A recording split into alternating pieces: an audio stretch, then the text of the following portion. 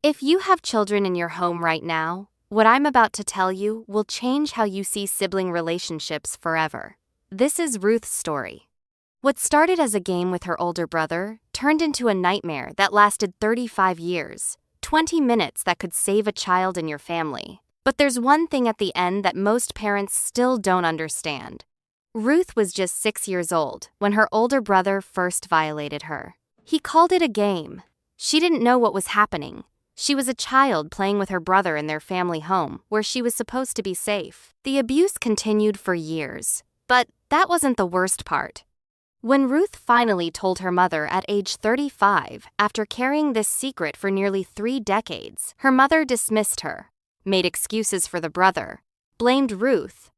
Ruth had 2 abusers in her family, her brother and her mother. And for 35 years, she suffered in silence because she thought no one would believe her. This story isn't just about what happened to Ruth. It's about the warning signs that existed in plain sight, the behavioral changes her parents didn't recognize, the family dynamics that enabled abuse to continue unchecked.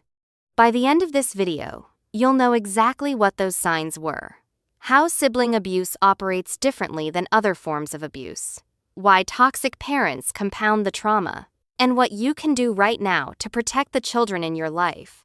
Because this happens more often than you think, and it's happening in families that look normal from the outside. Let me tell you who Ruth was before any of this began. If you're listening right now, help me prove something wrong. My mom said I wouldn't even reach 2,000 subscribers, but I believe stories like this deserve to be heard. Help me show her that these stories matter. Please subscribe and let's keep breathing life into stories that were never meant to stay silent. Now let us continue. She was a happy 6-year-old girl. She loved playing outside. She loved drawing. She trusted her family completely the way all children do. She had an older brother. He was 4 years older than her. In Ruth's mind, he was someone to look up to, someone who played games with her, someone who was supposed to protect her. Their parents seemed normal, middle-class family. Both parents worked, dinner together most nights. From the outside, they looked like any other family. Ruth had no reason to think she wasn't safe in her own home. But children never see danger coming from people they love. Ruth's brother started small. That's what they always do. He would suggest games that involved touching. At first, it seemed innocent enough to Ruth. She was 6. She didn't understand what was appropriate and what wasn't. He told her these were normal games, that all siblings played like this. Ruth believed him because he was her older brother, and children believe the people they trust. The touching became more invasive. Ruth started feeling uncomfortable, but she didn't have words for what she was feeling. She just knew something felt wrong. But when you're 6 years old and your brother tells you it's normal, you don't question it. And that's exactly what he was counting on. Then came the sleepover that changed everything. Ruth's brother had a friend staying over. Ruth was supposed to be asleep in her own room, but her brother came in. He brought his friend with him. What happened that night was Ruth's first understanding that what her brother was doing to her wasn't a game at all. He sexually assaulted her while his friend watched. Ruth was terrified. She froze. She didn't scream. She didn't fight back. Her body just shut down. This is how trauma works in children. They don't fight. They freeze. And then they blame themselves for not fighting. Ruth blamed herself for that night for decades. After that night, Ruth never told anyone. Why? Because her brother told her she would get in trouble if she told. He said their parents would be angry at her. He said she had participated in the game, so it was her fault too. Ruth was 6 years old. She believed him. She also didn't have language for what had happened to her. She didn't understand sexual abuse. She just knew something terrible had occurred, and she felt dirty and ashamed. So she stayed silent. She learned to pretend everything was normal. She learned to smile and act like nothing was wrong. Children are masters at hiding pain when they think they have to. And Ruth's parents never suspected a thing. The abuse didn't stop after that night. It continued. Ruth's brother had learned he could violate her and she wouldn't tell. So he did it again. And again. Ruth learned to dissociate. When her brother came into her room, she would leave her body mentally. She would imagine she was somewhere else. Anywhere else. This is a survival mechanism that abuse survivors develop. It's how children cope with trauma they can't escape.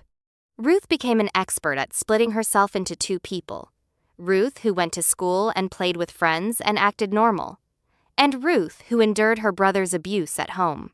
But the human brain can only compartmentalize trauma for so long. When Ruth was 13, her brother assaulted her one final time. This incident was particularly violent, particularly painful. Ruth's body was changing. She was becoming aware of sexuality in ways she hadn't been when she was 6. That made the assault even more traumatic. Ruth understood what was happening now. She understood that what her brother was doing was rape. After that day, the physical abuse from her brother stopped. Maybe he got scared. Maybe he moved on to other victims. Ruth never knew why it ended. But the psychological damage was complete. Ruth's entire understanding of herself, her body, her safety, and her family had been shattered, and she still hadn't told a single person. While Ruth was enduring her brother's abuse, her mother was creating her own kind of hell. Ruth's mother had undiagnosed borderline personality disorder and narcissistic tendencies. What that meant in practical terms was that Ruth never knew which mother she would get on any given day.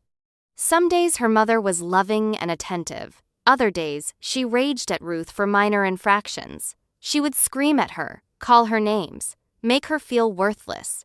Ruth learned to read her mother's moods, to walk on eggshells, to try desperately to please her and avoid triggering her rage. It's exhausting to be a child in a home where you're never safe emotionally or physically. Ruth had nowhere to turn. Her brother abused her body. Her mother abused her mind. Here's what most people don't understand about child abuse in families. When there are multiple abusers, the child's ability to trust anyone is completely destroyed. Ruth couldn't tell her mother about her brother because her mother was abusive too. She couldn't trust her father because he never intervened when her mother raged. She couldn't tell friends because children from abusive homes learn to keep family secrets. Ruth was completely isolated. She had two people hurting her and no one protecting her.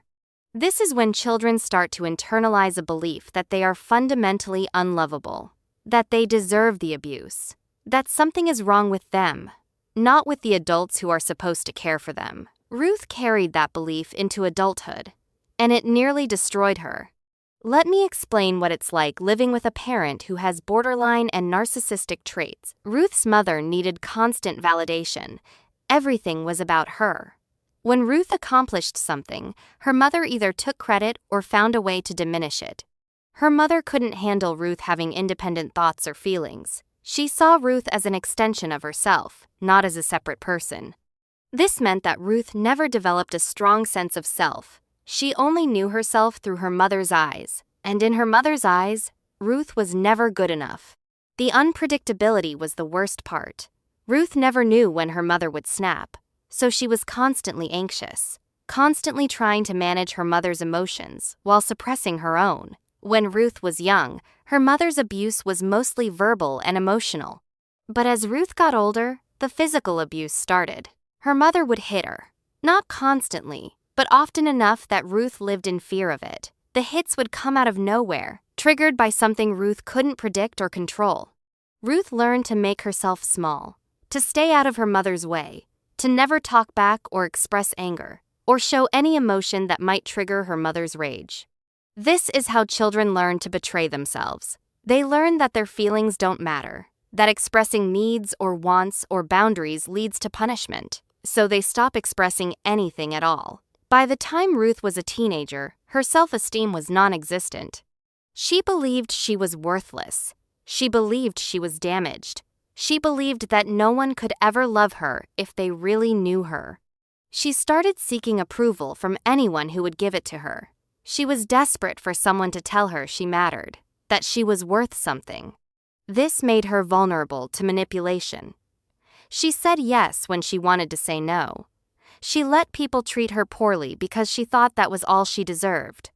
Ruth had no boundaries because no one had ever respected her boundaries. She had no sense of self because no one had ever seen her as a person separate from their needs. This is what abuse does. It erases you from the inside out.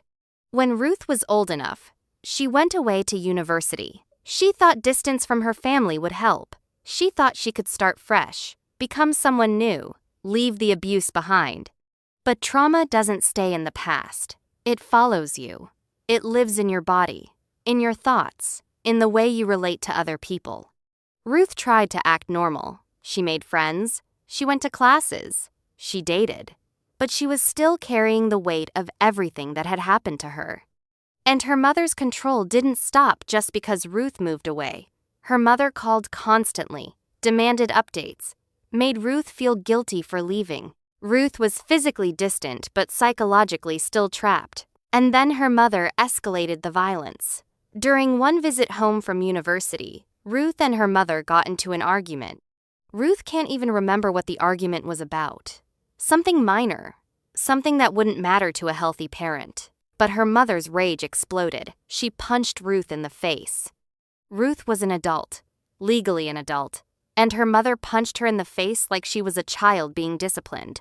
The physical pain wasn't the worst part.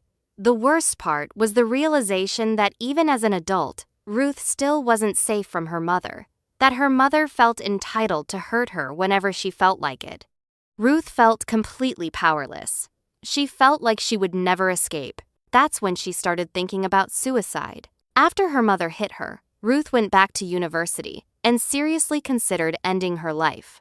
She was exhausted from carrying the secret of her brother's abuse, exhausted from managing her mother's emotions, exhausted from pretending to be okay when she was falling apart. She thought about what it would be like to just stop existing, to not have to carry this anymore. Suicide ideation in abuse survivors isn't really about wanting to die. It's about desperately wanting the pain to stop and not knowing any other way to make it stop. Ruth didn't attempt suicide, but she thought about it, and that thought scared her enough to realize she needed help. But getting help meant telling someone what had happened to her, and Ruth wasn't ready for that. In her early 20s, Ruth became promiscuous. This is common among sexual abuse survivors. They use sex as a way to try to reclaim power over their bodies, or as a way to seek validation, or because they've learned that their worth is tied to their sexuality. Ruth slept with men she didn't care about. She said yes when she wanted to say no, because she'd learned that other people's desires mattered more than hers. She was trying to feel something, anything, but mostly she just felt empty. Sexual abuse steals your ability to connect intimately with your own body. Ruth didn't know what she wanted sexually because she'd never been allowed to have preferences. Her sexuality had been defined by her brother's violations. Ruth was searching for herself in other people, but you can't find yourself that way. Ruth started developing unexplained physical symptoms: chronic pain, digestive issues, fatigue. She went to doctor after doctor, but no one could find anything medically wrong with her. What those doctors didn't understand was that Ruth's body was holding her trauma. The abuse she'd never processed was manifesting as physical illness. This is called somatization, when psychological pain becomes physical pain because the mind can't hold it all anymore. Ruth's body was screaming what her mouth couldn't say. It was demanding that she acknowledge what had happened to her, that she stop pretending she was fine. But Ruth still wasn't ready to talk about it. She tried therapy, but she couldn't bring herself to tell the truth. Years passed. Ruth graduated from university. She got a job. She tried to build a normal adult life. From the outside, she looked functional. She went to work every day. She paid her bills. She maintained friendships on a surface level. But inside, she was still that 6-year-old girl who had been violated by her brother. She was still that teenager who had been punched by her mother. Trauma doesn't heal on its own. It doesn't fade with time.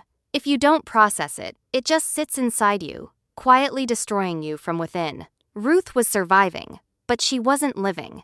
She was going through the motions of adulthood while carrying a child's pain. And then she met someone who made her want to heal. Before she met her husband, Ruth tried therapy several times. She would go to sessions and talk about her anxiety, her relationship problems, her physical symptoms, everything except the actual source of her pain.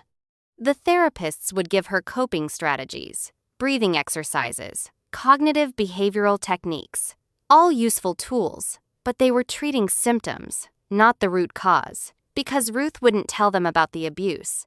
She was too ashamed. She was afraid they wouldn't believe her. She was afraid that saying it out loud would make it real in a way she couldn't take back. So the therapy helped a little bit, but it never got to the core of what was destroying her. Ruth needed to tell someone the truth, but she was terrified. When Ruth was in her late 20s, she met a man who would become her husband. He was kind, patient. He treated her with respect. This was foreign to Ruth. She'd never been treated well by men before. She fell in love with him, and for the first time, she wanted to be fully known by another person. She wanted to stop hiding. She wanted intimacy that wasn't based on secrets and shame, but that meant telling him about her past. And Ruth didn't know how to do that. She was afraid he would see her differently, that he would think she was damaged, that he would leave. So she kept the secret. Even from him. They got married. And Ruth carried her trauma into their marriage. Ruth's marriage was good in many ways. Her husband was supportive, loving. He wanted to build a life with her. But Ruth couldn't be fully present. She couldn't be fully intimate. There was always a wall between them that he could feel but couldn't name. He would ask her what was wrong. She would say nothing. He knew she was hiding something, but he didn't push.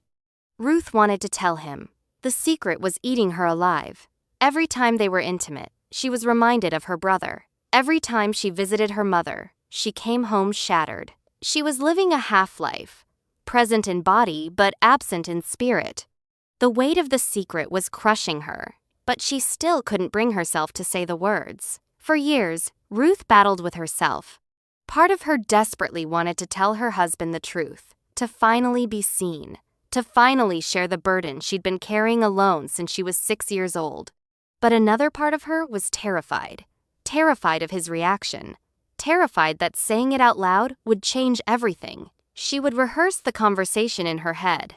When I was 6, my brother. But she could never get past those words. The shame was too great. The fear of judgment was too strong. Ruth had internalized the message her brother had given her decades ago, that the abuse was her fault, that she would get in trouble if she told, that no one would believe her. And then her body forced the issue. Ruth's unexplained physical symptoms got worse. The chronic pain intensified. She started having panic attacks. She couldn't sleep. Her body was falling apart. Her doctor suggested she might be experiencing the physical manifestations of past trauma. He asked if anything had happened to her as a child. Ruth lied and said no, but that question stayed with her. Her doctor had given her permission to acknowledge what her body was already screaming. Ruth realized she couldn't keep living like this. She couldn't keep pretending. She couldn't keep carrying this secret alone. She was 35 years old. Nearly 3 decades had passed since her brother first violated her. Ruth made the decision. She was going to tell her husband. She didn't know how he would react. She didn't know if their marriage would survive the revelation, but she knew she couldn't survive keeping the secret any longer. She was terrified, more terrified than she'd been of anything in her adult life. But she was also exhausted. Exhausted from hiding. Exhausted from lying. Exhausted from living half a life. She chose a quiet evening when they were alone. She sat her husband down. Her hands were shaking. Her heart was pounding. She opened her mouth to speak. And for the first time in 35 years, Ruth told someone what her brother had done to her. Before she started talking, Ruth felt like she might throw up. She'd imagined this conversation 1,000 times.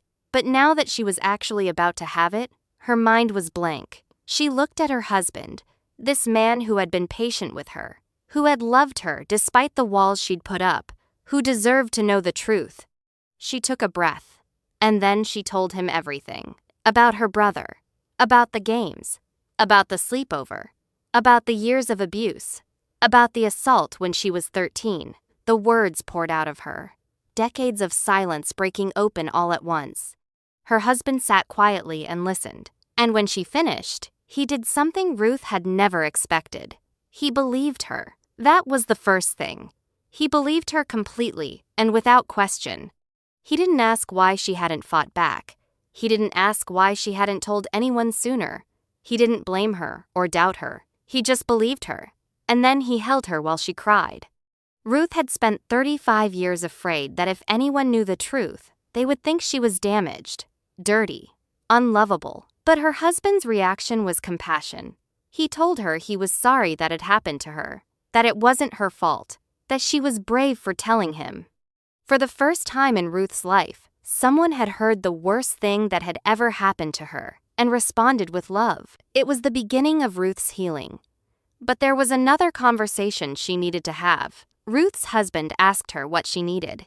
Did she want to go to therapy? Did she want to report her brother? Did she want to cut contact with her family? Ruth didn't know. She'd spent so long just surviving that she hadn't thought about what healing might look like.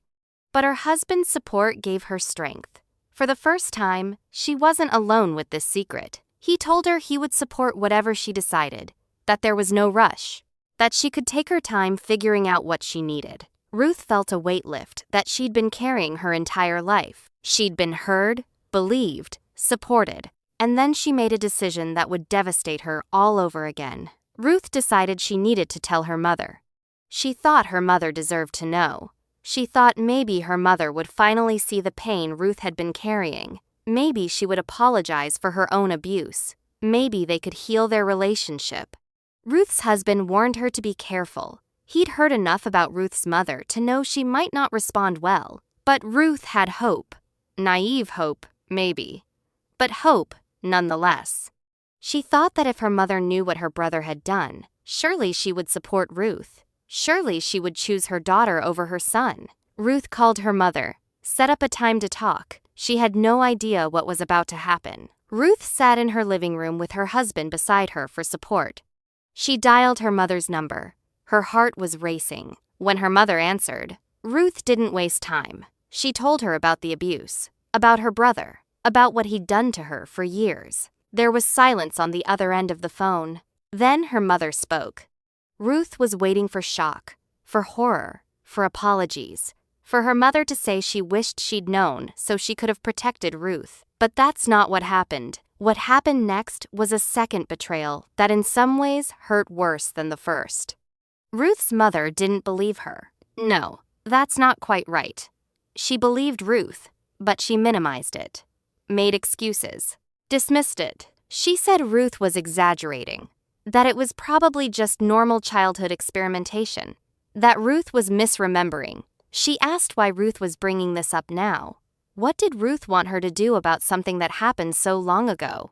She defended Ruth's brother, said he was a good person, that he'd made mistakes, but everyone makes mistakes. She made it clear that Ruth was the problem for bringing this up, that Ruth was causing trouble by talking about the past. Ruth felt like she'd been punched in the stomach. Her mother chose her abuser over her victim. Just like that, Ruth hung up the phone and fell apart. She'd just mustered the courage to disclose the most painful thing in her life to her mother, and her mother had dismissed her, blamed her, chosen her brother over her. It was a second trauma, a second betrayal. When your abuser violates you, that's one kind of pain. But when the person who is supposed to protect you refuses to acknowledge the abuse, refuses to support you, that's another kind of pain entirely. Ruth had hoped for healing. Instead, she got confirmation that her mother had never truly seen her as a person, that her mother's narcissism made her incapable of supporting Ruth. Her husband held her while she sobbed, but something shifted in Ruth that day. After the initial devastation, clarity started to emerge. Ruth realized that her mother's reaction wasn't surprising. It was completely consistent with who her mother had always been. Her mother had been abusive to Ruth her entire life. She'd been controlling, manipulative, violent. She'd never prioritized Ruth's well-being. Why would she start now? Ruth had been holding on to a fantasy version of her mother, a mother who might someday change, who might someday love Ruth the way Ruth needed to be loved. But that mother didn't exist, had never existed. Ruth's mother's dismissal of the sexual abuse was just an extension of the emotional and physical abuse she'd perpetrated herself. Ruth had two abusers, and she needed to grieve both betrayals.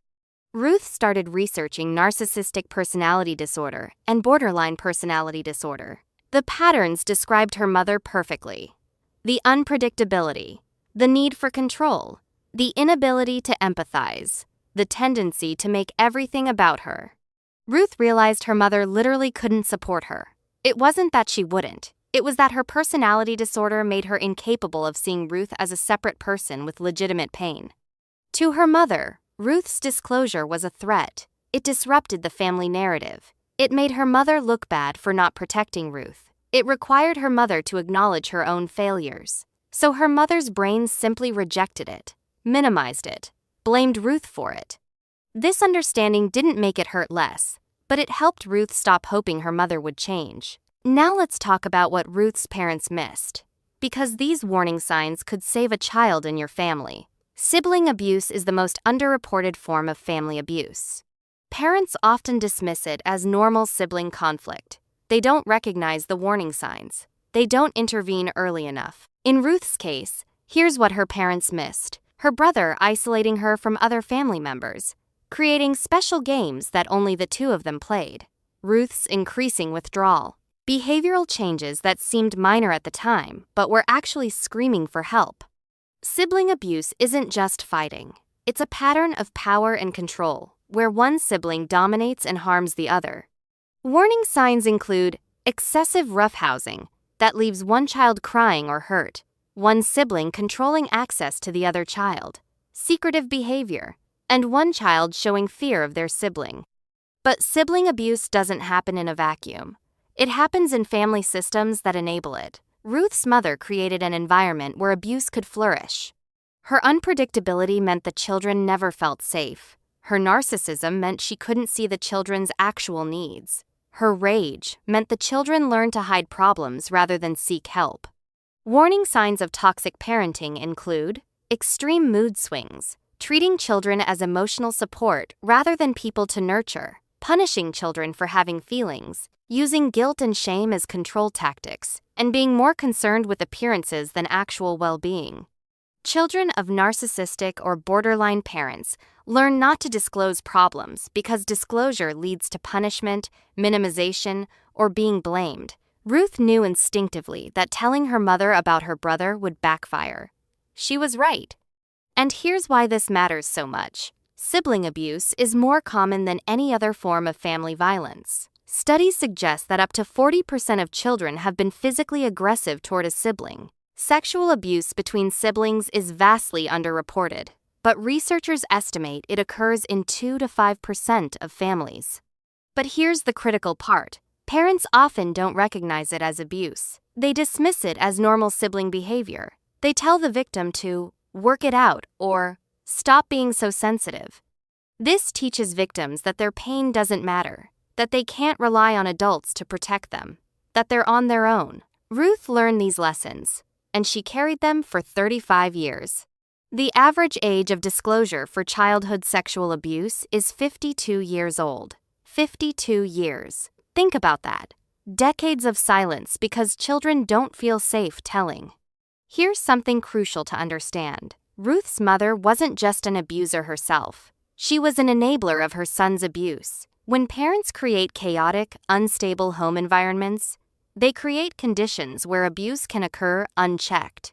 When parents are narcissistic and can't see their children as separate people, they miss the signs that one child is harming another. Ruth's mother's emotional abuse of Ruth primed Ruth to accept her brother's sexual abuse. She'd already learned that her feelings didn't matter, that her boundaries would be violated, that she had no right to say no. The mother's abuse and the brother's abuse worked together to trap Ruth in silence. This is why healing from family trauma is so complex. It's not one abuser, it's an entire system. So how do you protect children from this? After her mother's dismissal, Ruth went back to therapy. But this time, she was ready to tell the truth. She found a trauma specialist who understood complex PTSD, someone who could help her process decades of abuse. Healing wasn't linear. There were setbacks, days when Ruth wanted to give up. But slowly, she started to reclaim herself. She started to understand that the abuse wasn't her fault, that she deserved love and safety, that she was more than what had been done to her. She set boundaries with her family, eventually cut contact with her mother entirely. started building a life based on her own values, rather than surviving others' abuse. Ruth is still healing. She probably always will be. Trauma doesn't just disappear. But she's free now, free from the secret, free from shame, and she wants other survivors to know they can be free too. If you're a parent, here's what you need to do right now. Watch sibling dynamics carefully, not just physical fights, but power imbalances, fear, secrecy. If one child seems afraid of another, investigate. Don't dismiss it as normal sibling rivalry. Create a home environment where children can disclose anything to you. Tell them explicitly that they can tell you if someone hurts them, even if that someone is family, especially if it's family. Believe children when they tell you something happened. Don't minimize. Don't make excuses for the abuser. Support the victim first, always. If you have a child who seems withdrawn, who has unexplained behavioral changes, who seems afraid or anxious, dig deeper. Ask open-ended questions. Create safety for disclosure. Ruth's parents missed the signs because they weren't looking. They assumed their children were safe because they were family. Family doesn't equal safety. Trust doesn't equal protection. Ruth carried her trauma for 35 years because she thought no one would believe her, because her mother had already taught her that her pain didn't matter.